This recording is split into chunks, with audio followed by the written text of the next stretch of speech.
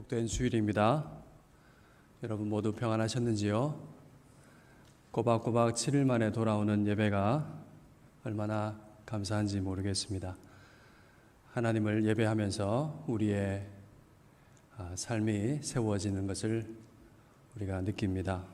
주일이 우리를 붙잡아 주는 것 같습니다. 예배는 하나님을 경배할 뿐만 아니라 우리 삶이 새로워지는 시간이기 때문이지요. 오늘도 하나님이 은혜와 평강이 우리 가운데 함께하기를 주님의 이름으로 기원합니다. 지난주 우리는 빌립보서 말씀을 통해서 기쁨과 만족은 주 안에 있습니다 라는 것을 그 사실을 마음에 새겼습니다. 여러분 설교가 생각나시는지요? 우리 자신 안에는 기쁨과 만족을 찾을 수가 없다고 했지요. 진정한 기쁨과 만족은 오직 주님을 의존할 때 누릴 수 있다고 했습니다. 왜냐하면 우리를 품고 계신 주님은 영생이요 영광이기 때문입니다.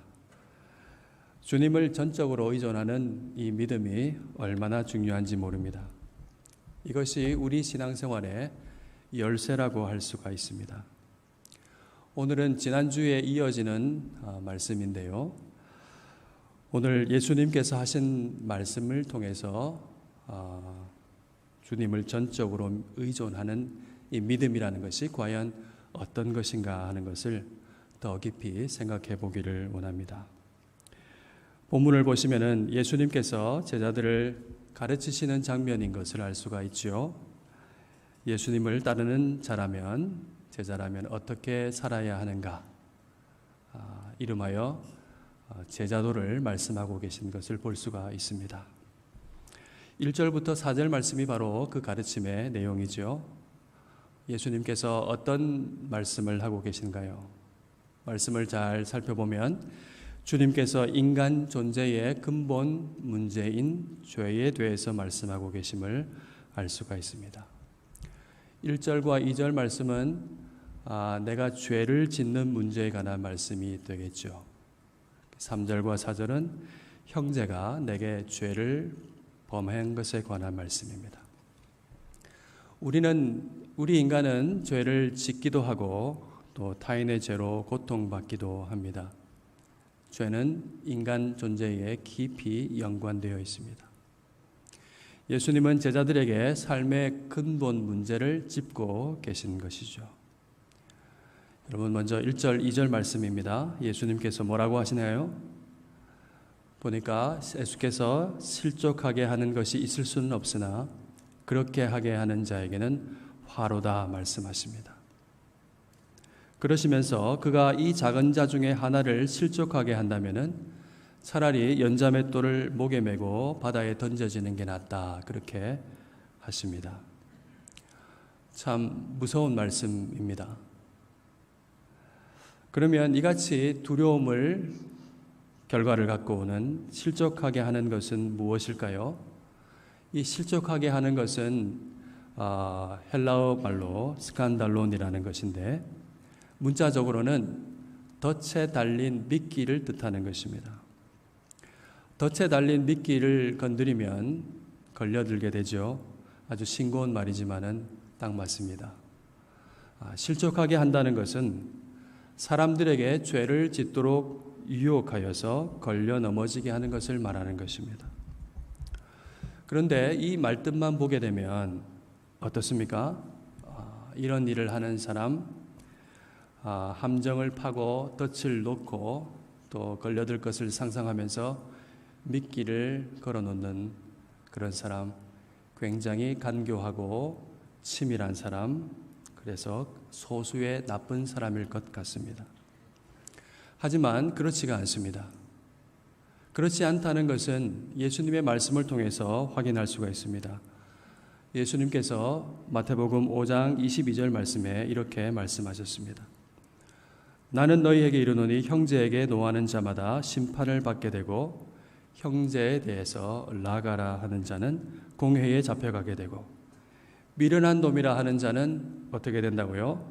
지옥불에 들어가게 되리라.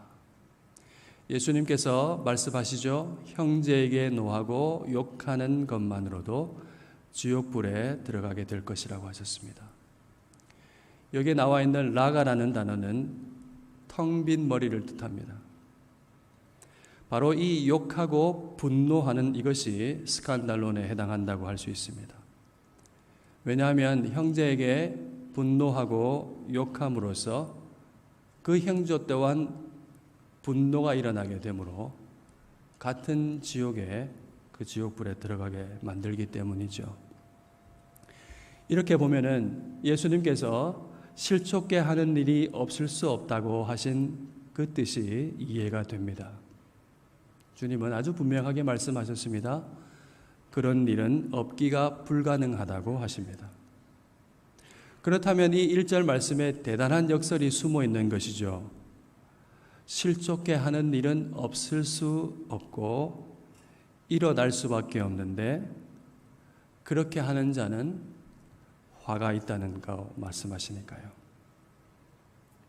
게다가 2절에 나오는 지극히 작은 자, 소자 하나는 우리가 가장 어떻습니까?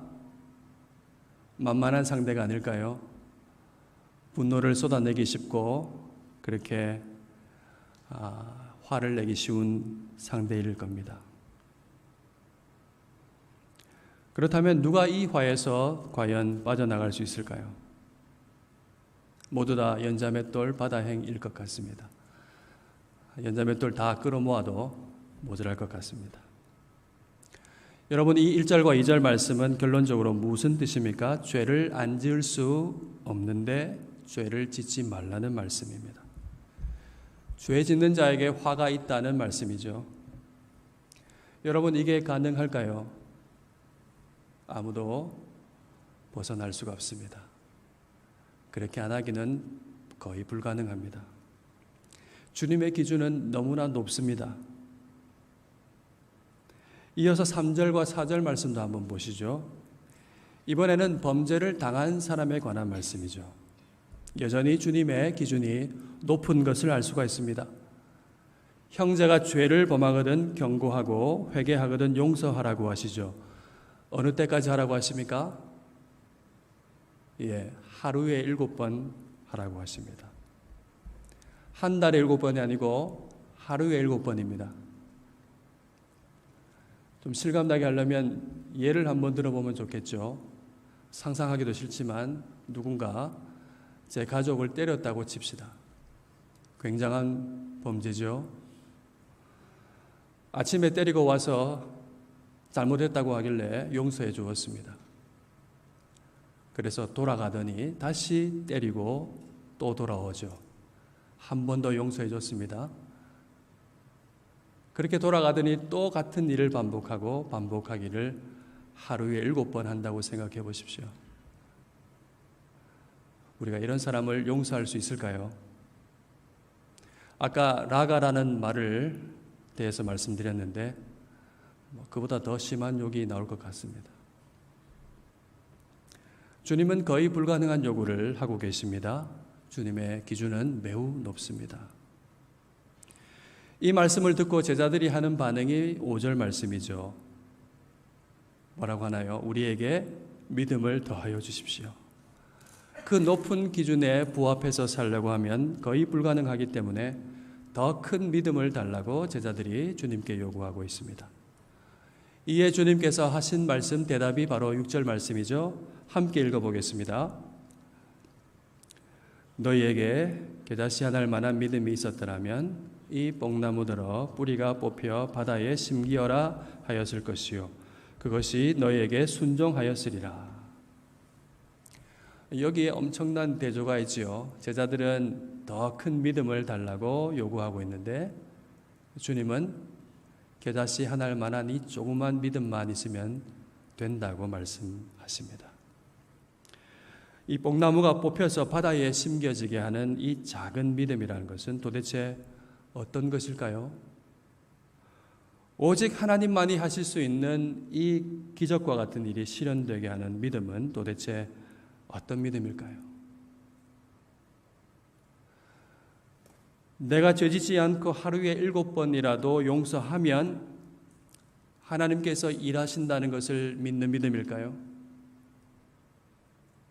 아니면 어떤 상황에서도 조금도 의심하지 않는 믿음을 가지게 되면 그때 주님께서 일하실 것이라는 것을 믿는 믿음일까요?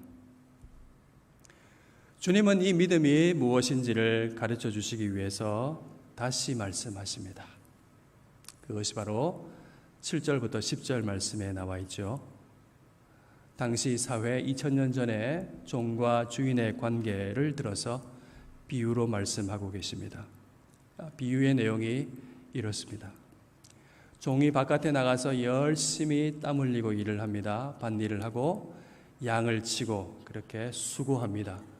일을 마치고 집으로 돌아왔습니다. 그런데 그 주인은 종에게 힘들게 일했으니까 이리 와서 같이 식사합시다 이렇게 하지 않고 어떻게 합니까? 주인은 아무렇지도 않게 종에게 또 일을 시킵니다. 그 일이 7절 8절에 나와 있죠. 내 먹을 것을 준비하라고 하는 거예요. 그리고 준비해놓고 그 다음에는 주인의 옆에 서가지고 수종을 들라고 하는 것이죠. 그리고 또 그 다음에는 아주 얄밉게도 너는 내가 다 먹고 난 다음에 먹고 마시라 그렇게 하는 것입니다. 주인은 종이 그 일을 다 했다고 해서 절대 감사하지 않습니다. 그런 말을 하지가 않습니다. 여러분, 이 비유는 무엇을 말하고 있습니까? 종에게 그 모든 일은 당연한 것이라는 것입니다. 열심히 일했다고 해서 주인에게 감사를 받아야 할 권리가 있는 게 아니라는 것입니다. 비유로의 말씀을 통해서 예수님이 전하시고자 하는 뜻이 결론이 10절 말씀에 나와 있죠. 우리가 함께 읽어보겠습니다. 이와 같이 너희도 명령받은 것을 다 행한 후에 이르기를 우리는 무익한 종이라 우리가 하여야 할 일을 한 것뿐이라 할지니라. 무슨 말씀인가요? 우리가 말해야 될 것은 우리는 무익한 종일 뿐입니다. 우리가 해야 했을 일을 했을 뿐입니다. 마땅히 이렇게 말해야 한다는 것입니다. 우리가 주님의 말씀을 다 행했을지라도 해야 할 것을 했을 뿐입니다. 라고 말해야 한다는 것입니다.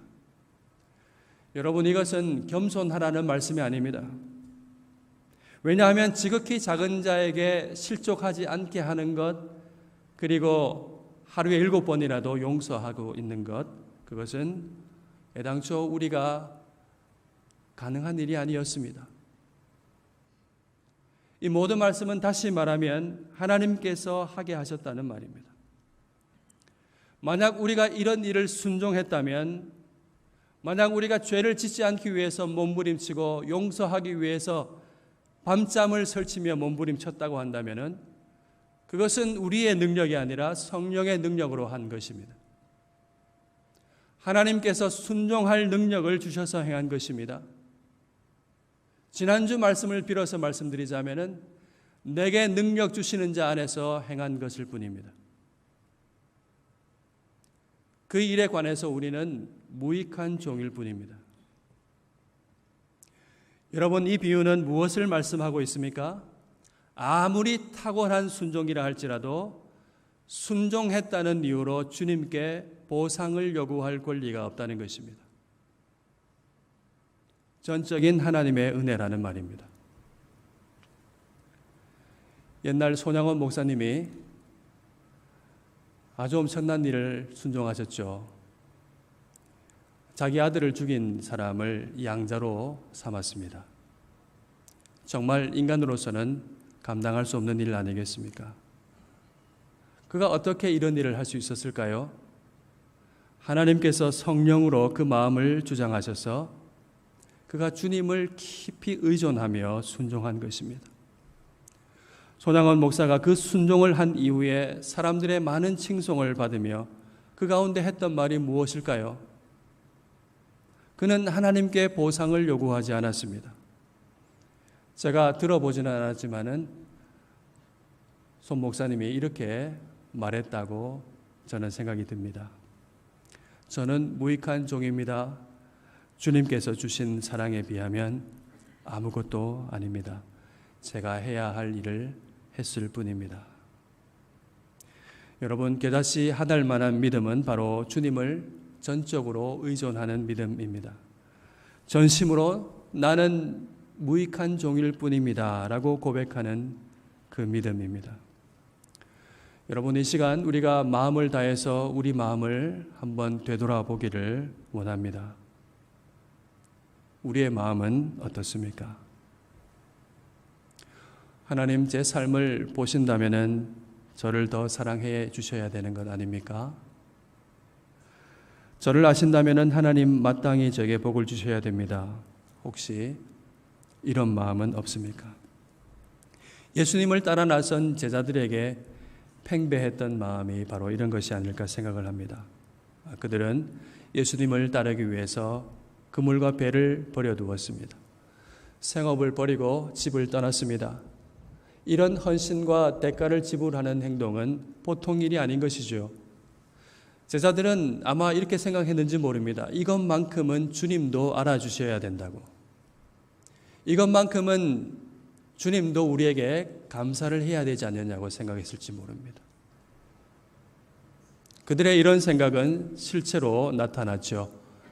하나님 나라가 오게 될 때에 하나는 주님의 좌편에, 하나는 주님의 우편에 앉게 해달라고 실제로 요구했습니다. 여러분, 우리가 가져야 할 믿음은 무엇입니까? 무엇을 믿어야 합니까? 내가 하나님의 거룩한 뜻을 행하면 하나님께서 더 사랑해 주실 것이라고 믿어야 합니까? 내가 어떤 형편에서도 흔들리지 않는 믿음, 의심하지 않는 믿음을 가지면 하나님께서 복을 주실 것이라고 믿어야 합니까? 이 두 가지 모두는 바른 것이 아닙니다. 왜냐하면 둘 다 자기 자신을 의존하는 것이기 때문입니다. 믿어야 할 것은 우리의 탁월한 생각이나 의지나 그런 행위가 아닙니다. 우리의 믿음은 하나님의 사랑에 전적으로 의존하는 믿음이어야 합니다. 우리의 행위는 아무런 효력이 없습니다. 우리의 공로는 아무 효력이 없습니다. 나의 행위를 내세워서 하나님의 사랑을 요구할 수가 없습니다. 우리의 선행이 아무리 훌륭하고 탁월하다 할지라도 그것은 더러운 옷에 불과하다고 성경이 말씀하고 있습니다. 이사야 64장 6절 말씀입니다. 무릇 우리는 다 부정한 자 같아서 우리의 의는 다 더러운 옷 같으며 우리는 다 잎사귀같이 시들므로 우리의 죄악이 바람같이 우리를 몰아가나이다. 여러분, 누가 하나님의 은혜를 깊이 경험할 수 있습니까? 나의 의가 더러운 옷과 같음을 인정하는 사람이겠죠. 아니, 내게는 그 더러운 옷마저도 없다고 여기는 사람, 그래서 하나님의 선하심과 긍휼을 붙들어야만 살 수 있다고 믿는 그 사람, 바로 그 사람이 하나님의 은혜를 경험합니다. 오직 주님만을 의존할 수밖에 없는 사람이 정말로 구원의 은혜를 누립니다. 여러분, 뽕나무가 뿌리째 뽑혀서 바다에 심기어지는 이 불가능한 일은 결국 무엇을 가리키겠습니까? 오직 하나님만이 하실 수 있는 구원을 가리킬 겁니다. 우리는 구원에 관하여 전적으로 무능력합니다. 아무도 하나님 앞에서 설 자가 없습니다. 우리는 모두 다 화로다 나여 망하게 되었도다 라고 말할 수밖에 없는 사람입니다. 이 비참함을 절절하게 깨닫는 사람이 의지할 것은 무엇이겠습니까? 인자와 선하심이 한이 없으신 긍휼이 풍성하신 하나님밖에 없습니다. 그 사람은 주님만 의지합니다. 바로 이 작은 믿음이 하나님만이 주시는 구원을 받게 하는 것입니다. 여러분, 누가가 바로 이 작은 겨자씨 하나일 만한 믿음을 가진 사람을 우리에게 소개하고 있습니다. 그가 나병 환자라고 말하고 있죠. 예수님께서 예루살렘으로 가시는 중에 한 마을에 가셨을 때 10명의 나병 환자를 보셨습니다. 그들이 예수님을 보면서 멀리 서서 소리를 지릅니다. 그들이 직접 만나지 못하고 멀리 서서 소리를 지르는 이유가 있지요. 그들이 왜냐하면 당시에 부정한 사람이라는 취급을 받았기 때문입니다. 레위기 13장 말씀을 보면 그 형편이 나와 있습니다. 나병 환자는 그렇죠. 옷을 찢고 머리를 풀고 그리고 윗입술을 가리고 부정하다 부정하다 외쳐야 합니다. 사람들이 있는 곳에 갈 때마다 알람을 울리는 거죠. 나는 부정합니다. 조심하십시오. 그렇게 하는 것입니다. 병이 있는 날 동안에는 항상 부정하기 때문에 그는 혼자서 사람들의 마을을 떠나서 살아야 합니다. 이들이 얼마나 외롭고 슬프고 고통스러웠을지 우리는 그것을 다 헤아릴 수가 없습니다.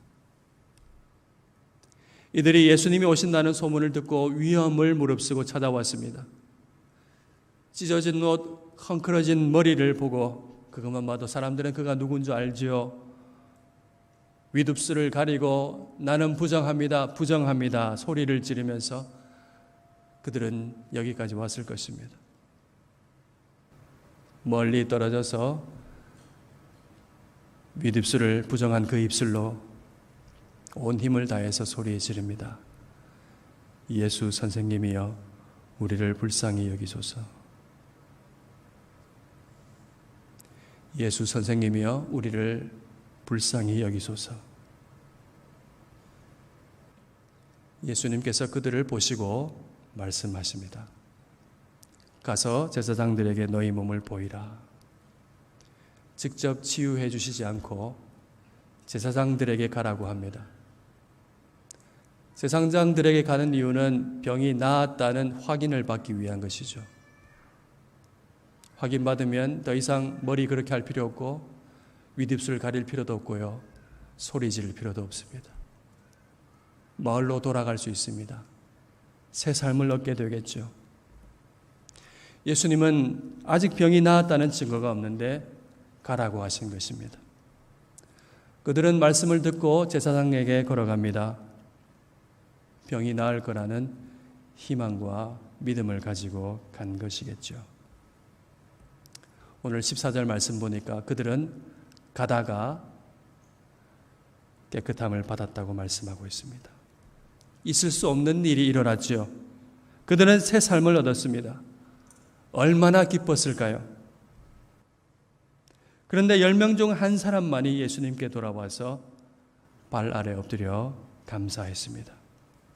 그가 누군고 하니 이방인 취급받는 사마리아 사람이라고 말씀하고 있습니다. 여러분, 이 사마리아 나병 환자를 한번 생각해 보십시오. 말하자면 그는 가장 구원받을 가능성이 없는 사람입니다. 그는 유대인에게 손가락질 받는 사람, 이방인일 뿐만 아니라 더 부정한 나병 환자입니다. 소망이 없는 사람입니다. 그가 치유받고 구원받는 하나님의 백성이 되기는 기적 중에 기적일 것입니다. 여러분, 무엇이 그를 새롭게 했습니까? 하나님의 긍휼입니다. 예수님을 만났기 때문입니다. 그리고 주님 외에는 나에게는 소망이 없음을 알고 주님만을 의존한 믿음 때문입니다. 나는 부정합니다. 나는 부정합니다. 집 밖을 나설 때마다 그렇게 소리 질러야만 했을 때 그 비참함과 눈물은 매일 먹는 밥보다 더 흔한 것이었겠죠. 그런 그에게 어떻게 기쁨이 찾아왔습니까? 예수님께서 말씀해 주셨죠. 일어나 가라, 내 믿음이 너를 구원하였느니라. 바로 그의 믿음입니다. 여러분, 이 믿음이 얼마나 놀라운 결과를 가져오는지 확인해 보시길 바랍니다. 참으로 구원받은 기쁨과 감사가 넘치게 하는 것이죠. 그리고 여러분, 이 사건은 진정한 믿음에 반드시 동반되는 것이 무엇인지를 우리에게 보여줍니다. 주님을 의존하는 믿음에는 무엇이 있을까요? 바로 감사가 있습니다. 예수님의 말씀 속에도 그것이 무엇인지 잘 나타나 있습니다. 17절, 18절이죠. 열 사람이 다 깨끗함을 받지 아니하였느냐? 그 아홉은 어디 있느냐? 이 이방인 외에는 하나님께 영광을 돌리러 돌아온 자가 없느냐? 여러분, 우리의 믿음은 어떤 믿음인가요? 영혼 깊숙한 곳에서 우러나오는 감사가 있습니까? 우리가 은혜의 본질을 알아야 하나님께서 우리에게 주고자 하시는 기쁨을 깨달을 수가 있습니다. 더러운 녹과 같은 우리의 의를 내세워서 하나님의 사랑을 받아내는 것이 아닙니다. 그렇게 받아내는 것이라면은 복음이 뭐가 그렇게 기쁘겠습니까? 하나님은 우리를 값없이 사랑하시고 그리스도를 값없이 우리에게 주셨습니다. 우리는 그리스도를 전적으로 의존하는 믿음으로 구원받습니다. 신앙은 주여 우리를 불쌍히 여기소서라고 간절히 외치는 마음입니다. 그때 우리는 자비를 베푸시는 하나님을 경험하게 됩니다. 여러분, 말씀을 맺으려고 합니다. 우리는 부정한 나병 환자보다 더 부정한 더한 사람이었습니다. 성경은 우리가 죄와 허물로 죽었던 사람이라고 말하지 않습니까? 우리에게는 감각이 없었고 우리에게는 아무 소망이 없었습니다. 하나님은 그런 우리에게 새 생명과 새 삶을 주셨습니다. 우리는 하나님 자신을 주시는 것과 같은 은혜의 선물을 받았습니다. 그리스도를 십자가에 내어주셨습니다. 성령을 우리에게 주셨습니다. 하나님은 소중한 것을 우리에게 다 주셨습니다. 우리는 더 이상 요구할 것이 없습니다. 여러분, 우리는 무익한 종일 뿐입니다. 우리의 순종은 마땅히 해야 할 것을 한 것뿐입니다. 우리가 할 수 있는 선한 것이 있다면, 우리가 할 수 있는 모든 선한 일은 주님께서 능력을 주시고 사랑을 주셨기 때문입니다. 우리가 이에 대한 감사가 넘쳐나기를 주님의 이름으로 소원합니다. 여러분, 누가 구원의 은총을 받았습니까? 누가 구원의 기쁨을 충만하게 누렸습니까? 아무것도 내세울 게 없어서 주님만 의존할 수밖에 없었던 나병 환자에게 구원의 은혜가 임했습니다. 기쁨이 찾아왔습니다. 은혜와 사랑의 주님만을 의존하시기를 바랍니다. 그 믿음이 구원을 얻게 하고 참된 기쁨과 만족을 누리게 합니다. 은혜의 주님만을 의존하고 또 감사하고 그 주님만을 사랑하고 그렇게 하시면서 우리의 복된 인생을 주님과 함께 살아가시기를 주님의 이름으로 축원합니다. 아멘.